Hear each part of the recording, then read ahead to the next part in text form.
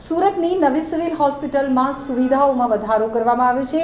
ગૃહ રાજ્ય મંત્રી હર્ષ સંઘવીના હસ્તે 108 એમ્બ્યુલન્સને લીલી ઝંડી બતાવવામાં આવી હતી। આખાની અંદર 100 જેટલી એમ્બ્યુલન્સ જે રિપ્લેસમેન્ટના ભાગરૂપે ગવર્મેન્ટ ઓફ ગુજરાત તરફથી આપવામાં આવી છે, તેમાં સુરત શહેર અને જિલ્લામાં ટોટલ 5 એમ્બ્યુલન્સ આપવામાં આવી છે। તેના ભાગે શહેરની અંદર આજે 3 એમ્બ્યુલન્સ રિપ્લેસમેન્ટના ભાગરૂપે જે અપગ્રેડેડ એમ્બ્યુલન્સ છે, જે નવી અદ્યતન આધુનિક તકનીકવાળી એમ્બ્યુલન્સ આજે આપણે માનનીય ગૃહમંત્રી શ્રી હર્ષભાઈ સંઘવીના હાથે આપણે લોકાર્પણ કર્યું છે નવી સિવિલ હોસ્પિટલ સુરત ખાતે।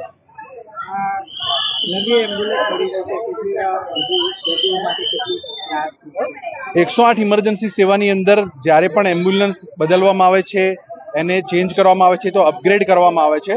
આ જે નવી એમ્બ્યુલન્સ છે એની અંદર પેશન્ટ કેબિન છે, એની અંદર કેમેરા પણ ફિટ કરવામાં આવે છે, ડ્રાઈવર કેબિનની અંદર પણ કેમેરા છે, જેથી પેશન્ટની જે ટ્રીટમેન્ટ થતી હોય છે તે ઓનલાઈન અમારા નરોડા કઠવાડા ખાતે બેઠેલા ERCP ડૉક્ટર એ જોઈને આગળ ટ્રીટમેન્ટ શું કરવાની છે તે પણ કહી શકશે।